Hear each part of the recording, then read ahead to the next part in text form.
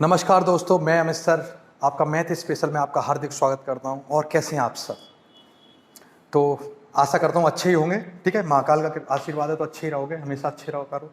और आज अपन अगर बात करें क्या पढ़ना है, टॉपिक क्या है, तो मैंने आपको बता दिया कि अपन क्या पढ़ेंगे, डिविजिबिलिटी रूल पढ़ेंगे। डिविजिबल के बारे में जानेंगे, कोई नंबर कब डिविजिबल होता है। आफ्टर दैट क्या करेंगे, अपन रिमाइंडर थ्योरम पढ़ेंगे कि भाई रिमाइंडर क्या क्या मिल सकते हैं, कैसे कैसे क्वेश्चन आएंगे। ठीक है, तो बात करेंगे अपन किसकी, डिविजिबिलिटी रूल, भाज्यता के नियम। भाज्यता के नियम की बात करेंगे। फिर सबसे पहले नंबर भाज्य कब होते हैं, तो पहले अपन कुछ चीज़ों के बारे में जानेंगे, कोई नंबर कब भाज्य होता है। पहले अपन रूल्स पढ़ेंगे, पूरे का पूरा जानेंगे मैटर। उसके बाद अपन आएंगे किस पर, उसके बाद अपन जानेंगे क्वेश्चन करेंगे और फिर क्वेश्चन होते आएंगे। पहले मेथड समझेंगे, कॉन्सेप्ट को समझेंगे पूरा का पूरा कि भाई डिविजिबिलिटी रूल है क्या, नंबर्स क्या है, रिमाइंडर क्या है, ये सारी चीज़ें जानेंगे। उसके बाद अपन आएंगे क्वेश्चंस पर। तो चलो अपन बात करते हैं। और दोस्तों जो भी चैनल देख रहे हैं, सबसे पहले रिक्वेस्ट है कि आप उसको लाइक और शेयर भी कीजिए, जिससे बहुत सारे बच्चों को पहुंच पाए वीडियो। और आशा करते हैं कि आज के बाद शायद आपको आवाज़ की दिक्कत ना आए, साउंड क्लियरिटी आपको मिलती रहेगी। ठीक है, कोशिश करूंगा, नंबर ऑफ क्वेश्चन बहुत ज़्यादा कराऊंगा। और टेलीग्राम ग्रुप पे जुड़ जाइएगा, मैं बहुत सारे क्वेश्चन ऐसे ऐसे होंगे जिन्हें मैं लिख नहीं पाऊंगा, तो नंबर के हिसाब से अपन क्वेश्चन करेंगे। मैं आपको बता दूंगा कि भाई कौन सा क्वेश्चन कर रहे हैं, तो आप मैच करते जाइए। आप इसकी हार्ड कॉपी निकलवा लीजिए, अपने पास रखिए सीट की, और क्वेश्चन करेंगे। आगे चल के तो बहुत अच्छी अच्छी सीटें भी दूंगा आपको, जिसमें एक अच्छे लेवल के क्वेश्चन भी होंगे। लो लेवल तो पढ़ना ही पढ़ना है, साथ में एक हाई लेवल को भी कवर करना है, तो उसकी भी सीट रहेगी। तो कोशिश करना दोस्तों, ये मत सोचना कि भाई 4 लोग ही देख रहे हो, कोई दिक्कत नहीं, 4 लोग देखो। 4 लोग देखो, जीवन में एक लोग भी बहुत जरूरी है। 4 तो बहुत बड़ी बात है, एक लोग का होना भी बहुत जरूरी है। आप एक अकेले सीखो, क्योंकि जॉब आप अकेले को चाहिए, 100 को नहीं चाहिए। आप ये मत सोचो कि 100 लोग पढ़ेंगे तब पढ़ेंगे। आप ये सोचो कि आप अकेले पढ़ोगे तो और जल्दी जॉब लगेगी। ठीक है, तो आप अकेले पढ़ो, 2 लोग पढ़ो, जितने लोग भेज सकते हो, बता सकते हो, आप सबको बताओ। ठीक है, तो अपन आगे पढ़ते हैं। सबसे पहले मैं बताऊंगा डिविजिबिलिटी रूल, भाज्यता के नियम के बारे में। तो आप बताओ, जैसे कोई नंबर दे रखा है,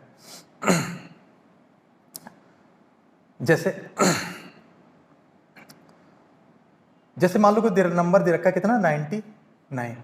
अगर मैं इसे 3 से डिवाइड करूं तो क्या आ जाएगा, ये आ जाएगा 33। बात को समझना कि अगर मैं 99 को 3 से भाग दूं तो कितना आ जाएगा, 33 आ जाएगा। अगर मैं 18 को 2 से भाग दूं तो कितना आ जाएगा, 9 आ जाएगा। ये बात समझना, सिंपल सी बात है, लेकिन अब इसका यूज क्या है वो देखो। आप बताओ कि भाई 2 का भाग दिया, 18 में कितना आ गया, 9।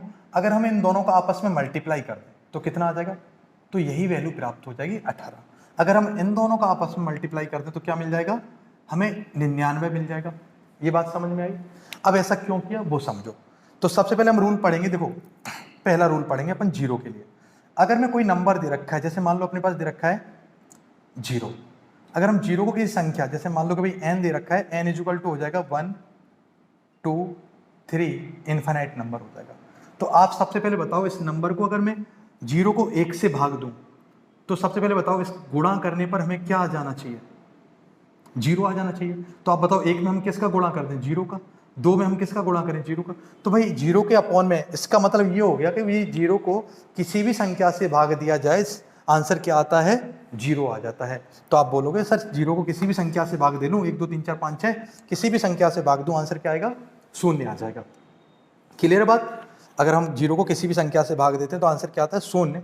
इस बात को लिख लेना, ये कई बार क्वेश्चन एग्जाम में आ जाते हैं, आपसे सिंपल सी बातें पूछी जा सकती हैं। ठीक है, तो वही 0 की। अब और आगे बात करते हैं अपन।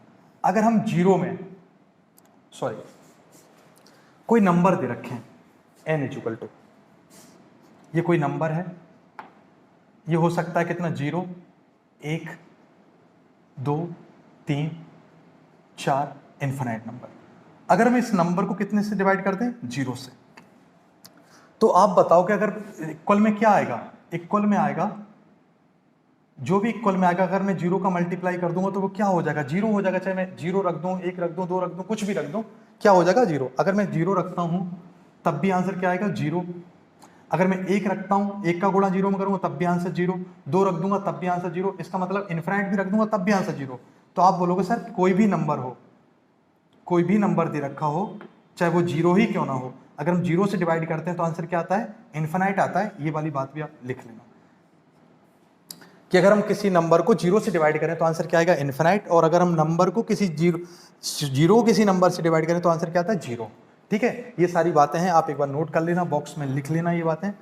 और ये क्वेश्चन एग्जाम में आ भी चुके हैं, कई बार पूछ लेता है कि किसी नंबर को, अब देखो पूछा क्या गया था, वो कांस्टेबल की बात कर रहा हूँ मैं, एक कुछ समय पहले कांस्टेबल का एग्जाम हुआ था, जिसमें एक सिंपल सा क्वेश्चन लिखा हुआ था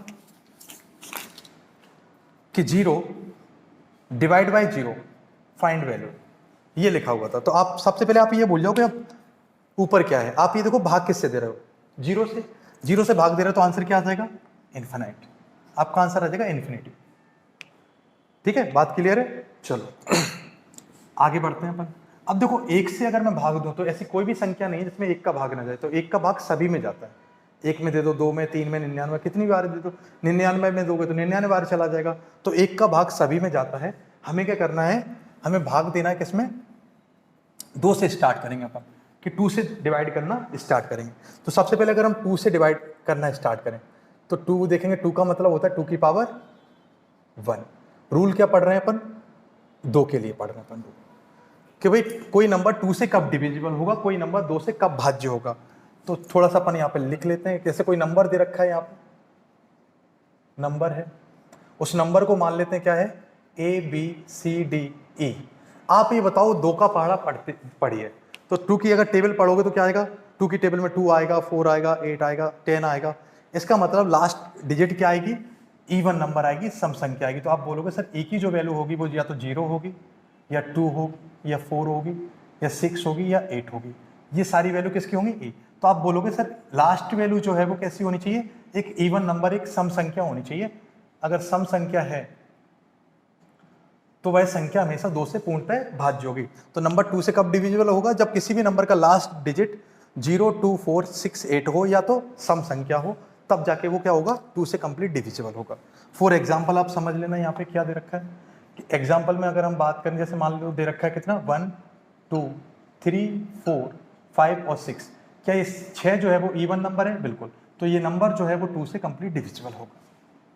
क्लियर बात। अब और आगे चलते हैं। अब 2 की बात नहीं करें तो पहले तो इसी से देखेंगे अपन 2 के सारे मल्टीपल। अगर हम 2 की पावर 2 कर लें तो कितना बन जाएगा, 4। इसका मतलब 4 का रूल क्या होगा, तो 4 का रूल भी चलेंगे। देखो ABCD और E, कोई नंबर है ABCD, अल्फाबेट में लिख लिया अपन ने, कुछ वैल्यू हो सकती है। तो देखो 2 की पावर 1 थी तो अपन ने सिर्फ लास्ट यूनिट देखी। अब 2 की पावर 2 है तो 4 के लिए क्या देखेंगे अपन, 4 के लिए देखेंगे अपन लास्ट की 2 डिजिट। अगर लास्ट की 2 डिजिट 4 से डिविजिबल है तो वो नंबर क्या होगा, 4 से कंप्लीट डिविजिबल होगा। अगर किसी भी संख्या के आखिरी के 2 अंकों में 4 का भाग जाता है तो वह संख्या 4 से पूर्णतः भाज्य होगी। ठीक है, ये डिविजिबिलिटी। जैसे मान लो अपने पास दे रखा है 1, 2, 3, 4, 5 और 6। क्या 5 और 6 4 से डिविजिबल हैं, बिल्कुल। तो आपका आंसर होगा हाँ सर, 1, 2, 3, 4, 5, 6 ये संख्या 4 से पूर्णतः भाज्य होगी। आप आंसर दे सकते हो। आपको क्या करना है कि पूरी संख्याओं में 4 का भाग नहीं देना है। आप क्या करो कि संख्या को भाग देने के लिए क्या कर लो, सिर्फ आखिरी के 2 अंकों में भाग लो। आपको यूनिट डिजिट याद होगा, मैं तो बताया था कि किसी भी पावर में अगर 4 का भाग देना है तो मैंने क्या बताया था कि भाई आखिरी के 2 अंकों में दो। यही कारण था कि आखिरी के 2 अंकों में सिर्फ इसलिए दे रहे थे, कोई भी संख्या 4 से पूर्णतः तब भाज्य होती है जब उस संख्या के आखिरी के 2 अंक 4 से पूर्णतः भाज्य हो। ठीक है, इसीलिए अपन ने यूनिट डिजिट में 4 का भाग दिया था, और वो भी घात में कब दिया था, पावर में सिर्फ लास्ट 2 डिजिट में दिया था। ठीक है, अगर और बात करें, अब ये सारे रूल आप खुद बनाओगे। देखो 2 की पावर 3, तो 2 की पावर 3 का मतलब क्या हो जाएगा, 8। तो 8 का रूल क्या बन जाएगा, ABCD और E। तो आप लोग बताओ, खुद बताओ। देखो जैसे जैसे पावर बढ़ती जा रही है तो लास्ट से क्या हो रहा है, यूनिट बढ़ती जा रही है। तो ये कितना हो जाएगा, लास्ट 3 यूनिट। तो आपका आंसर हो जाएगा लास्ट 3 यूनिट। अगर आखिरी की 3 संख्याओं में अगर 8 का भाग जाता है तो वह संख्या 8 से पूर्णतः भाज्य होगी। जैसे मान लो अपने दे रखा है 1, 2, 3, 4, 5, 1, 2, 5, 1, 2 में अगर हम 8 का भाग दें तो बिल्कुल चला जाएगा, क्योंकि 5 का 8 का क्यूब होता है। तो ये संख्या 8 से पूर्णतः भाज्य होगी। ठीक है, और चलना है तो और आगे चलो, आप खुद रूल बना लेना। 2 की पावर 4 दे रखा है, 2 की पावर 4 का मतलब क्या होता है, 16। तो 16 का रूल क्या बन जाएगा, कोई नंबर है ABCDE और F भी बना लेंगे अपन। तो आखिरी के कितने नंबर, 4 नंबर में, क्योंकि 2 की पावर 4 है तो आखिरी के 4 नंबर। जैसे मान लो दे रखा है कितना, 3, 4, 5, 0, 1, 4, 4। अगर हम इस 4 संख्या में 16 का भाग देंगे तो ये संख्या 16 से पूर्णतः है। तो आप दुनिया भर के रूल आप खुद बना लोगे। जैसे जैसे 2 की पावर बढ़ती जाएगी वैसे वैसे रूल बनते जाएंगे। तो ये डिविजिबिलिटी के रूल पढ़ रहे हैं अपन, डिविजिबिलिटी के रूल आप बना लेना ठीक है, आपसे कोई पूछे कि 32 की बात करें तो 5 अंक आ जाएंगे, 64 की बात करेगा तो 6 अंक। फिलहाल क्वेश्चन जो है वो 16 और 32 यहीं तक आते हैं, तो मैंने आपको 2 के मल्टीपल में बता दिए। अब अपन बात करेंगे 3 की, फिर 5, 6, 7, फिर 9 की बात करेंगे, फिर 10 की बात करेंगे, और फिर 11, 13 ऐसी बातें करेंगे। ठीक है, इनके बारे में बताऊंगा। तो पहले एक बार नोट कर लो, कोई नंबर कब डिविजिबल होता है, तो कोई नंबर 2 से कब भाज्य होगा, जब उस संख्या का आखिरी का अंक सम हो। कोई नंबर 4 से कब भाज्य होगा, जब उस संख्या के आखिरी के 2 अंक 4 से भाज्य हो। कोई संख्या 8 से कब भाज्य होगी, जब उस संख्या के आखिरी के 3 अंक 8 से भाज्य हो। कोई संख्या 16 से कब भाज्य होगी, जब उस संख्या के आखिरी के 4 अंक 16 से भाज्य हो। ठीक है, ऐसे ही अगर 32 की बात करें तो आखिरी के 5 अंक की बात आ जाएगी। ठीक है, तो जैसे जैसे 2 की पावर बढ़ती जाएगी, लास्ट से क्या होता जाएगा, नंबर्स बढ़ते जाएंगे। ठीक है, चलो इसके बाद अपन बात करते हैं। और तो ये सारी चीजें ना नोट कर लेना, अच्छे से नोट्स बना लेना, जिससे आपको कभी भी फिर दिक्कतें ना आए। ठीक है,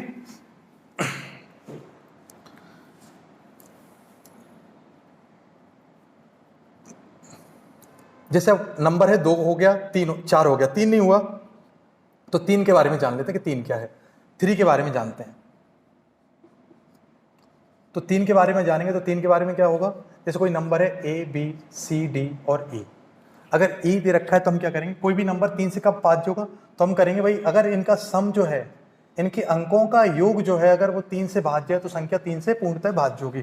किसी भी नंबर्स का जो यूनिट का जो सम है, अगर वो 3 से डिविजिबल है तो नंबर हमेशा ऑलवेज डिविजिबल बाय 3, तो हमेशा वह 3 से डिविजिबल होगा, हमेशा वो 3 से भाज्य होगा।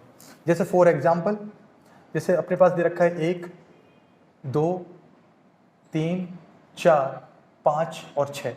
अगर मैं इनको जोड़ दूं तो देखो 3, 6, 4, 10, 5, 15 और 6, 21, तो ये आ जाएगा 21। क्या 21 3 से भाज्य है, तो बिल्कुल, तो ये संख्या भी क्या होगी, 3 से पूर्णतः भाज्य होगी।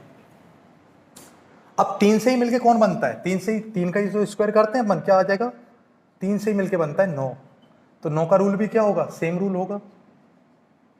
अगर इनके अंकों का योग 9 से भाज्य है तो संख्या 9 से भाज्य होगी। फॉर एग्जाम्पल यहाँ पे भी समझ, जैसे मान लो एक दे रखा है 1, 2, 4, 4, 5,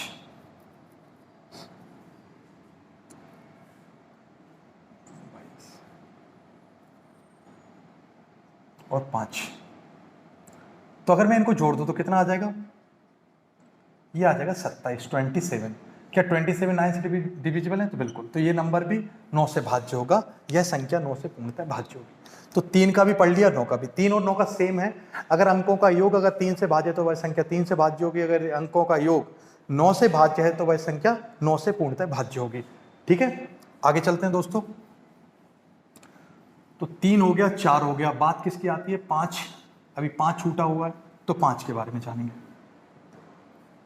तो अगर हम 5 की बात करें, 5, अगर हम 5 की बात करें तो कोई भी नंबर हो A, B, C, D और E, तो सबसे पहले तो आप 5 की टेबल पढ़ो। देखो 5, 10, 15, 20, 25 एंड 30, 35 एंड 40, ठीक है, 10, 15, 15, 20, 25, 30, 35, 40 ऐसे कुछ।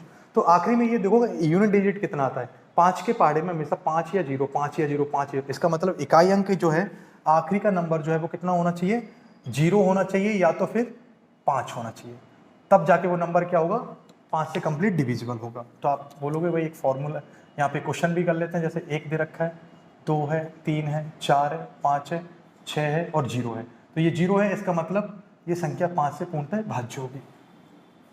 ठीक है, 5 होता तब भी होती। अगर अब बात करेंगे अपन 6 नंबर कि 6 की बात कर लेते हैं कि 6 क्या है, 6 के बारे में। अब देखो 6 के बारे में अगर हम बात करें तो 6 जो है वो एक नंबर नहीं है, क्योंकि रूल जो बनता है वो प्राइम नंबर अभाज्य संख्याओं के लिए बनते हैं। ठीक है, तो ये अभाज्य तो है नहीं, कैसी है, भाज्य संख्या है, तो इसके 2 गुणनखंड होते हैं, इसको लिख सकते हैं 2 × 3। तो रूल भी क्या लगेगा, रूल भी इन दोनों का ही लगेगा, 2 और 3 का। जैसे कोई नंबर है A, B, C, D और E, तो रूल क्या था, रूल ये था कि 2 का रूल ये था कि ये नंबर कैसा होना चाहिए, इवन नंबर, सम संख्या होनी चाहिए, इवन नंबर होना चाहिए, और इनके अंकों का योग क्या होना चाहिए, 3 से भाज्य होना चाहिए, तब जाके क्या होगा, ये संख्या 6 से पूर्णतः भाज्य होगी। क्लियर बात। फॉर एग्जाम्पल समझ लेना यहाँ पे कि जैसे दे रखा था 1, 2, 3, 4, 5 और 6, तो ये संख्या कैसी है, सम संख्या है 6 जो है, और इनके अंकों का योग कैसा है, इनके अंकों का योग 3 से भाज्य। तो बिल्कुल ये संख्या जो होगी वो 6 से भाज्य होगी, क्योंकि इनके अंकों का योग आ रहा था 21, अभी अपन ने जस्ट किया था, और 21 3 से भाज्य होता है, और आखिरी में कैसा दे रखा है सम, तो ये संख्या पूर्णतः 6 से पूर्णतः भाज्य होगी। ठीक है, ये सारी चीजें हैं, और आगे पढ़ते हैं अपन और आगे जानते हैं। तो 6 का 5 का ये रूल मैंने तुम्हें बता दिए। फिर अपन क्वेश्चन भी करेंगे, इन पर प्रैक्टिस भी करेंगे। पहले रूल समझ लो अच्छे से, बेसिक चीजें समझ लो, फिर अपन क्वेश्चन भी करेंगे। जैसे अगर अपन बात करें नंबर 7, तो मैं तुम्हें एक क्वेश्चन लिखा देता हूं यहाँ पे कि 7 हो, 11 हो या फिर 13। एक रूल कॉमन पढ़ लो, फिर मैं 11 के लिए तुम्हें एक सेपरेट भी बताऊंगा, फिर एक रूल आपको ऐसा बता दूंगा जो आप खुद बना पाओ सारे रूल। ठीक है, तो हमने 7, 11 और 13 के लिए रूल देखा क्या होता है। तो कोई भी नंबर दे रखा हो अपने पास, जैसे A, B, C, D, E और F, तो हम क्या करेंगे, आखिरी से 3-3 के जोड़े बना लेंगे, आखिरी से 3-3 के जोड़े बना लेंगे। अब मैं क्या करूंगा, A, B, C में से माइनस कर दूंगा D, E, F। अगर इनका अंतर 7 से पूर्णतः भाज्य है, 7 से डिविजिबल है इनका डिफरेंस, तो नंबर 7 से डिविजिबल होगा। 11 से डिविजिबल है तो 11 से, और 13 से डिविजिबल है तो 13 से, ऑलवेज। ठीक है, तो थोड़ी सी बात यहाँ आती है कि अगर 3-3 के पेयर नहीं बने तो क्या करेंगे। ऐसा भी तो हो सकता है 3-3 के जोड़े ना बन पाए, जैसे फॉर एग्जाम्पल मैं मान लेता हूँ ऐसा दे रखा हो A, B, C, D और E दे रखा हो, तो हम स्टार्टिंग से बनाएंगे, लास्ट से बनाएंगे 3 के, बच्चे कितने 2, तो हम क्या करेंगे C, D, E में से माइनस कर देंगे A, B। अगर इनका रिजल्ट 7 से भाज्य है तो 7 आंसर हो जाएगा। अगर ये नंबर 11 से डिविजिबल है तो 11, ये नंबर अगर 13 से डिविजिबल है तो 13।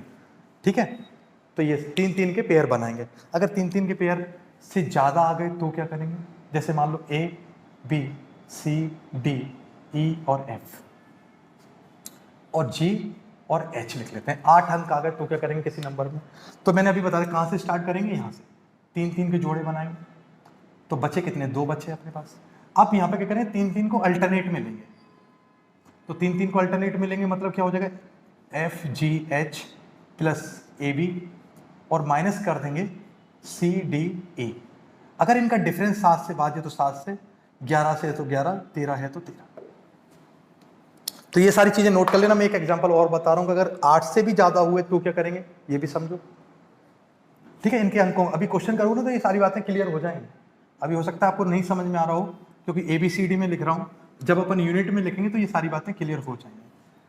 अब क्या करेंगे, जैसे मैंने 11 का रूल होता है ना अल्टरनेट में, तो वो वैसा ही चलेगा। जैसे मान लो दे रखा है A, B, C, D, E, F, G, H, I, J और K मान लो, ऐसा मान लेते हैं। तो 3-3 के जोड़े बना लिए, ये बच गए फिर तो। अब देखो अल्टरनेट में चलना है, मैंने अभी बताया था कि अल्टरनेट में चल लो, तो ये कहाँ चलेगा, इस जगह पे। तो आप बोलोगे भाई C, D, E plus I, J, K minus कर दो AB plus F, G, H, और ये किससे डिविजिबल है, अगर इनका अंतर अगर 7 से भाज्य है तो संख्या, यह संख्या 7 से पूर्णतः भाज्य होगी। अगर इनका अंतर 11 से भाज्य है तो संख्या 11 से भाज्य होगी। अगर इनका अंतर 13 से डिविजिबल है तो ये नंबर हमेशा 13 से डिविजिबल होगा। ठीक है, तो ये डिविजिबल के मैंने आपको 13 तक रूल बता दिए, 11 का, 13 का। ठीक है, और 10 का छूट गया है, 10 का नहीं बताऊंगा क्योंकि कोई भी संख्या 10 से कब डिविजिबल होती है, जब किसी नंबर्स में लास्ट में क्या हो, 0 हो। 10, 20, 30, 40, 50, 60, 70, 80, ऐसे कुछ क्वेश्चन है, 150, 120, 110, 130, ये सारे नंबर 10 से डिविजिबल होते हैं। इसका मतलब ये है कि भाई किसी भी नंबर का लास्ट डिजिट अगर 0 है तो वह नंबर 10 से क्या होगा, कंप्लीट डिविजिबल होगा। ठीक है, तो ये सारी बातें थी, आप एक बार नोट कर लेना अच्छे से। और मैं तुम्हें कुछ चीज़ें बताता हूँ। अब देखो बहुत ज़्यादा जरूरी वाली बात कि हमसे कई बार क्वेश्चन 11 पे पूछा जाता है सेपरेटली, तो अपन 11 का रूल पहले अलग से एक रूल पढ़ लेते हैं कि 11 का रूल क्या होगा। फिर मैं तुम्हें और प्राइम नंबर्स के भी बताऊंगा कि 19 का कैसे बनता है। ठीक है, 13 का कैसे 19 का कैसे बनेगा, 17 का कैसे बनेगा, 23 का, 29 का, ठीक है, 37 का, 47, 41, 43, जितने भी रूल हैं वो आप खुद बना लो, मैं तुम्हें रूल बनाना सिखा दूंगा। टेंशन मत लो भाई किसी बात की। ठीक है, जब तक अपन है तब तक सारी बात का आंसर है। ठीक है, जय श्री महाकाल बोल दिया करो बीच बीच में, और खुश रहा करो भाई एकदम, क्योंकि जीवन में देखो तुम्हें अगर कोई मोटिवेट कर सकता है तो वो आप खुद हो। अगर आप जीवन में खुद को मोटिवेट नहीं कर पाए तो मैं गारंटी के साथ बता रहा हूँ, आपको दुनिया का कोई भी इंसान आपको मोटिवेट नहीं कर सकता। क्योंकि जो बच्चा अपने घर की स्थिति को देखकर, अपने पेरेंट्स को देखकर मोटिवेट नहीं हो सकता, जो अपनी बहनों को देखकर मोटिवेट नहीं हो सकता, जो खुद को देख के मोटिवेट नहीं हो सकता, उसे दुनिया में कोई क्या मोटिवेट करेगा। मैं क्या मोटिवेट करूंगा भाई तुम्हें, जब तुम्हें अपने पेरेंट्स की हालत नहीं पता है कि भाई वो अपना पेट काट कर, अपनी जेब का खर्चा, जेब बच काट काट कर वो आपको पढ़ाने के लिए भेज रहे हैं और आप पढ़ नहीं पा रहे हो, आप पढ़ नहीं रहे हो, आप दूसरे एक्स्ट्रा दूसरी चीज़ों में, दुनिया की चमक धमक में लगे हुए, तो आपको कौन मोटिवेट कर सकता है। आपको दुनिया क्या कर सकती है, सिर्फ भटका सकती है। ठीक है, और भटक भी जाओगे। देखो, अगर आपको चमक धमक पसंद है तो आप भटक जाओगे। ठीक है, भटकना बहुत आसान है, लेकिन लाइन पे आना बहुत टफ है।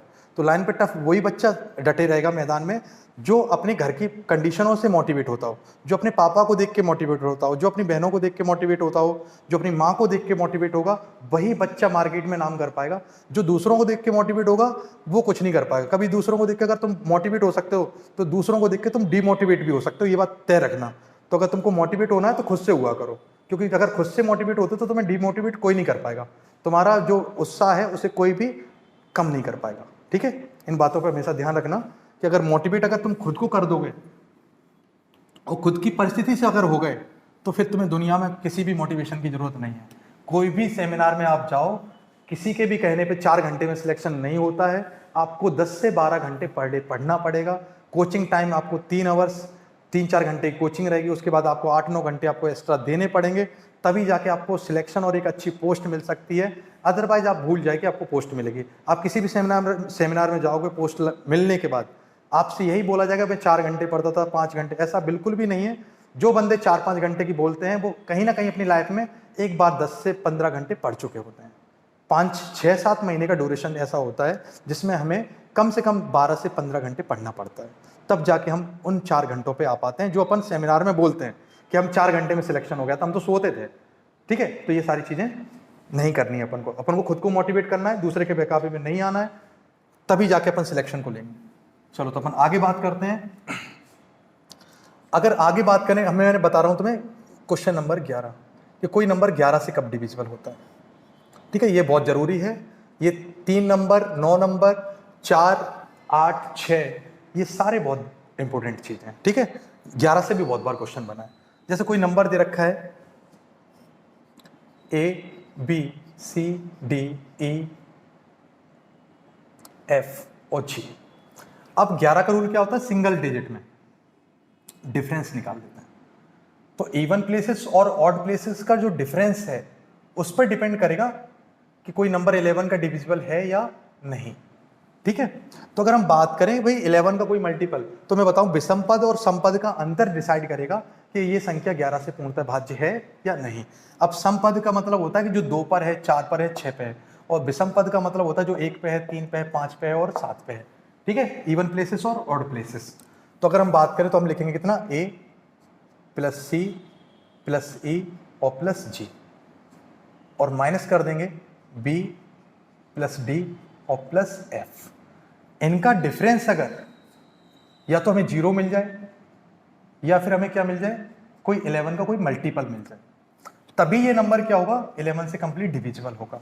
अगर ये नहीं हो पाया तो ये नंबर 11 का डिविजिबल नहीं होगा। ठीक है, इनके इवन प्लेसेस और ऑड प्लेसेस का डिफरेंस कैसा होना चाहिए, या तो 0 होना चाहिए या फिर कोई 11 का कोई मल्टीपल होना चाहिए, तभी जाके ये नंबर जो है वो 11 से पूर्णतः भाज्य होगा। फॉर एग्जाम्पल आप समझ लो एक बार कि अपने पास आ गया 8, 9, 7, 6, 5। तो अगर आपसे कोई पूछे कि बताओ ये कोई नंबर ये 11 से भाज्य है या नहीं, पूर्णतः डिविजिबल है या नहीं, तो आप बोलोगे सर इसको ऐड कर लो। तो क्या हो जाएगा, 9 और 7 16 और 5 21, और ये कितने हो जाएंगे, 8 और 6 14। आपका आंसर आ गया 7। ये 11 से पूर्णतः भाज्य नहीं होगा, क्योंकि अंतर आना चाहिए था 0 या तो फिर 11 का कोई गुणज। अब एक और क्वेश्चन कर लेते हैं। यहाँ पे एक और क्वेश्चन देखा आपने यहाँ पे सेकंड नंबर पे, कि क्वेश्चन क्या है कि भाई 8, 5, 7, 2, 5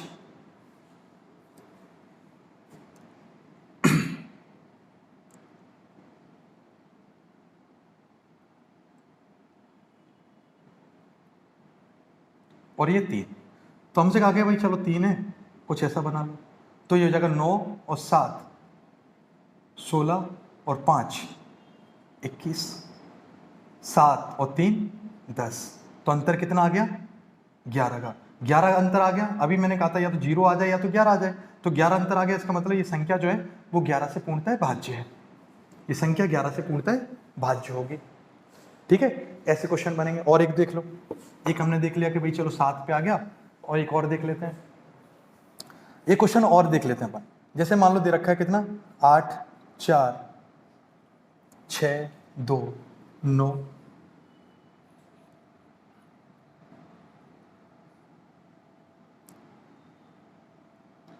9 और ये कर लिया अपन ने। ठीक है, अब अगर यहाँ पे कर लो अंडरलाइन, तो कितने हो जाएंगे? 14 और 9 23, 23 हो गए। माइनस 8 17, 17 और ये कितने हो जाएंगे?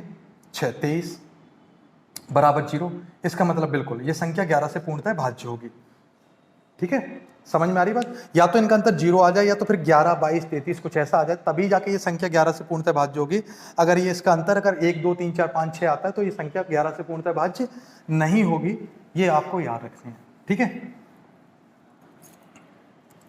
तो आज के लिए काफ़ी है। बाकी मैं अगली क्लास में तुम्हें 13 का दोबारा एक रूल बता दूंगा, जिससे आप 13 11 7 जितने भी रूल हैं वो आप खुद बना पाओगे। 19 का 19 का रूल बना लोगे, 23 37, ठीक है ना, 41 43 31 सारे रूल आप खुद बनाओगे। ठीक है, 17 का रूल, जितने भी रूल हैं वो आप खुद बना लो। मैं तुम्हें एक टॉपिक एक फंडामेंटल बता दूंगा, जिससे आपके सारे डाउट क्लियर हो जाएंगे। आप खुद रूल घर पे बैठ के आप रूल बनाया करोगे कि भाई ये रूल ये होगा, क्या माइनस करना है क्या प्लस करना है। ठीक है, तो अगली क्लास में मिलते हैं। बाकी तब तक स्वस्थ रहिए, मस्त रहिए, और चैनल को लाइक और सब्सक्राइब जरूर कीजिए। और ये जो क्वेश्चन मैं करा रहा हूँ, मैं आपको बता दूं कि क्वेश्चन सिर्फ प्रैक्टिस करा रहा हूँ मैं। आगे चल के बहुत सारे क्वेश्चन ऐसे आएंगे। आप टेलीग्राम पे जुड़ जाइए। डिस्क्रिप्शन वीडियो के डिस्क्रिप्शन में आपको टेलीग्राम की लिंक मिल जाएगी, आपको PDF वगैरह वहीं मिलेंगे। और क्वेश्चन में हर क्वेश्चन को बाइलिंगुअल नहीं लिखाऊंगा, एक भाषा में लिखाऊंगा, एक में आपको सॉल्यूशन कराऊंगा। दूसरा हो सकता है मैं क्वेश्चन को लिखूं ही ना, सिर्फ पढ़ दूं। आप खुद क्वेश्चन को लिख लेना, आपके पास PDF होनी चाहिए, क्योंकि टाइम नहीं है इतना, और यहाँ पे आ भी नहीं पाएगा बाइलिंगुअल लिखूंगा। तो मैं तुम्हें सिर्फ सॉल्यूशन कराऊंगा शॉर्ट तरीके से। ठीक है, तो आप जुड़ जाइए, चैनल को लाइक कीजिए और हमेशा खुद मुस्कुराते रहिए। ठीक है, धन्यवाद दोस्तों, मिलते हैं अगली क्लास में। जय श्री महाकाल।